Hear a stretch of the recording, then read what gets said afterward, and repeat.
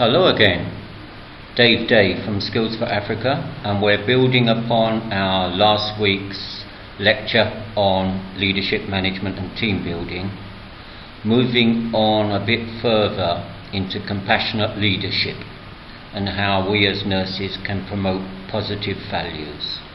So here we go. Compassionate leadership and values in nursing practice. We said last week that compassionate leadership is an approach that's been developing, is very fashionable, is catching on, and people are using it to promote very positive values. In other words, it's improving standards of care. It's the nurse manager, the nurse in action. So, wherever you are, if you're in class, if you're with a group, or if you're even on your own, you can talk to yourself. But the purpose here is for you to think. This isn't about what I know or what we know, it's about what you can do with this knowledge. So ask yourself these questions. How can we conduct and deliver, promote and sustain compassionate leadership? What things can you do to get it going wherever you're working?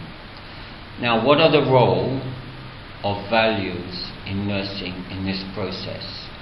Yes? Values underpin compassionate leadership. Think about the values that you want to promote. Thirdly, revisit the assessment task. Nurses in West Africa were asked to complete an assessment task which involved reviewing and considering reflectively the UK Code of Conduct. So, be doing that, thinking, and come back shortly. Leadership underpins this whole thing. So what is leadership? It's a process whereby someone influences a group of individuals in order to achieve a goal, a common goal. There are elements of creating a vision, coping, influencing and adapting to change, as well as having followers. So in other words, it's all about putting a vision into an action through people. Look at the quotes. It's a terrible thing to look over your shoulder. You'll find no one there. Franklin Roosevelt, one of the greatest leaders of all time. And of course Nelson Mandela. These quotes are about using your influence to get positive things done. And in fact, isn't that what the nurse does? The nurse uses his or her leadership to promote high standards of care. So, when we talk about compassionate leadership, there are two aspects of it. Number one is the role model. You give 100% of your attention to put the patient at the heart of everything. The patient is the be-all and end-all. It isn't about the care we give, but the way we give it. It's also about listening, what we say, what we do, and more importantly, how we do this. So this whole role model thing is about demonstrating to others, the team, both good values and positive nursing practice. You are the example, okay? Read the Department of Health circular and other information. The NHS touches our lives at times of basic human need, when care and compassion are what matters most. So, moving on, you've been considering how you can be a role model. Now you have to be a bit more proactive and also act as a compassionate activist. The caring for patients and staff is there, but you're also being tough, relentless and brave. These standards are the most important thing. You want to be curious how it is to improve a service and share that purpose with your team. This is about value-based inclusive leadership. Everyone is involved. You promote this. You are able to transform patients and staff through the work that is being done. And if this is not happening, bring a change to the culture of working. If there isn't a caring culture, then you've got to change it. You're the activist. Putting staff in charge of change. Give people responsibilities. Get them on board. You are an activist. You lead the change towards more compassionate care. the compassionate leader.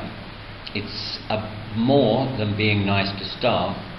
It's about creating sustainable change and improvement and helping staff to do it themselves. You're improving the quality of service. There's better collaboration with patients, and staff are able to explore themes from the feedback they get. This revolves around personalised care and the service user's involvement in care planning. This nursing process is important because we get reviews, we get feedback from clients about the care that they get. We may think it's a caring environment, but what do the patients think? We should make the 6 C's very common in the UK as part of everything we do. Care. Okay, vision and values put into action means that we care. The best possible care is person-centred. It's what they need, what they think, what they feel. Of course, it should be safe.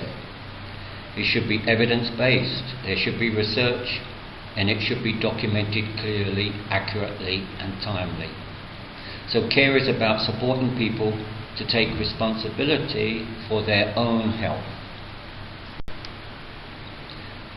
Now, values and compassion. Compassion is how care is given through relationships, is based on empathy, kindness, respect and dignity.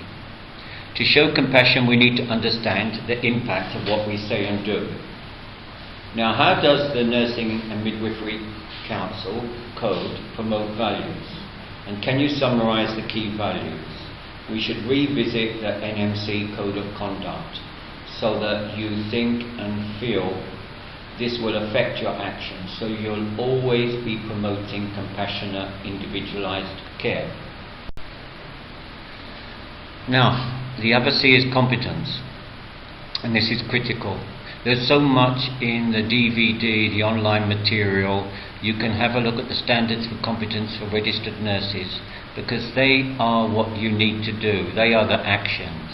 And when you go for the competency assessment, you are proving that you are competent, and those competencies are measured, they're observed. So it's about having the knowledge and skills to do the job and the capability to deliver high standards of evidence-based practice. The standards are very detailed, so I'm going to ask you to read and write a reflective report on the standards. You'll find this in folder week 3 of the DVD. Happy reading, but reflect, because we are leaders and we promote compassionate based care. We go home at night very, very happy that we've done an excellent job. Communication. This involves better listening.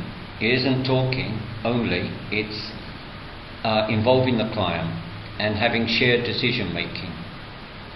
The client is central to decisions. There's no decision about me without me. Courage. This enables us to do the right things for the people we care for. We don't hesitate if standards are not being met. We confront poor care. We're bold when we have good ideas, and we speak up when things go wrong. Commitment. We have to make our vision for the person receiving care, our profession and our teams happen. Put the vision into action. And we commit to take that action to achieve this. So this is the action model, summarising what we've done so far. First of all, let's put the patient first, okay? Going back to why we all became a nurse in the first place. Secondly, appreciative, inquiry. Celebrate things that we do well and remedy things that need to be improved. We use praise, we reinforce when there is good care. We set a culture to get the best out of people using adaptive leadership. We select and get the right people and avoid demotivating them. We create the right kind of environment where people work best. You should be authentic, act with conviction as well as skill. There should be resilience and emotional intelligence in you and in your team. How well do we cope with our feelings, Are we able to be disciplined in controlling maladaptive emotions? Are we self-aware? Finally, business processes. Whatever procedures, whatever processes there are within your working environment, they should be intuitive, without too many steps to avoid frustrations. They should be adaptable. They should meet the needs of the client.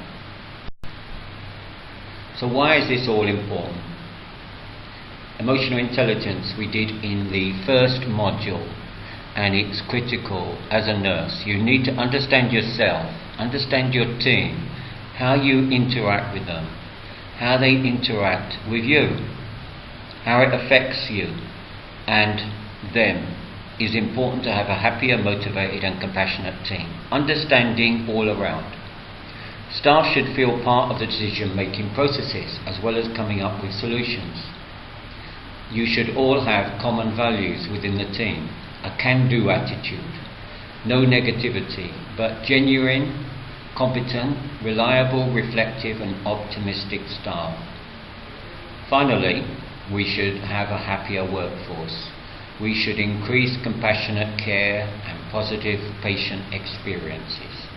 That's compassionate leadership in action. So, finally, we've summarized, we've covered compassionate leadership and how you can put good values into action. We are going to move into the next model, nursing assessment, which is in the next video. Well done, see you soon.